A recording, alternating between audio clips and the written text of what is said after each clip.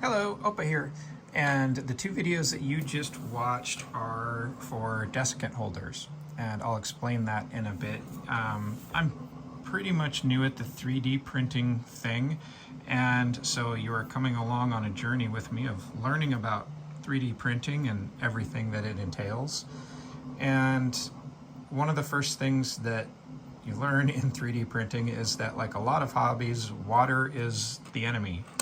And so what we have here are some prints to help us with moisture and making sure that the filament doesn't absorb a bunch of moisture. So the first one is these little plastic cases that hold this desiccant, and I like this desiccant. You can buy it online, it's super cheap. It's like, I don't know, a couple pounds for a couple bucks. It's not a lot. Anyway, and the nice thing about it is that it can be recharged, so to speak. So you take it out of its case, put it on a cookie sheet, put it in the oven for a few hours, and it will dry out again. And the way you can tell is that it's blue. That means it's fairly dry. It hasn't soaked up moisture. They turn pink when they soak up too much moisture.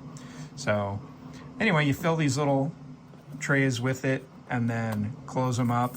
And then these fit inside of your AMS, the automatic material system, to keep moisture out of it. I printed one that has this little holder for a hydrometer and thermometer that just fits right in the middle.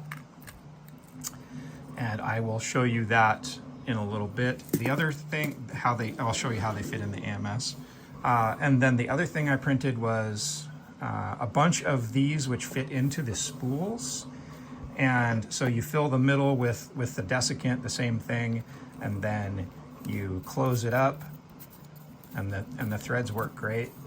And then you put this part into the spool and you pinch the spool in between like this, and then the desiccant sits in the middle and soaks up moisture from the spool. So, and then I have one to show you here. This is basically what it looks like inside of the spool. Lets air through there and soaks up the moisture. So that's pretty much it. Let me show you. Hopefully there's not a bunch of noise in the background, but I will show you the printer with the desiccant in it. And so this is the AMS, and we can open it up. It's got colors in it right now, as it usually does. I bet some of you that have spent time in Corvallis can tell what I'm printing. Let's see, and then this goes in here. They just drop in like that, and then you can see the temperature and moisture content inside, or moisture content inside of the AMS just from looking at the hydrometer there. So that's pretty much it.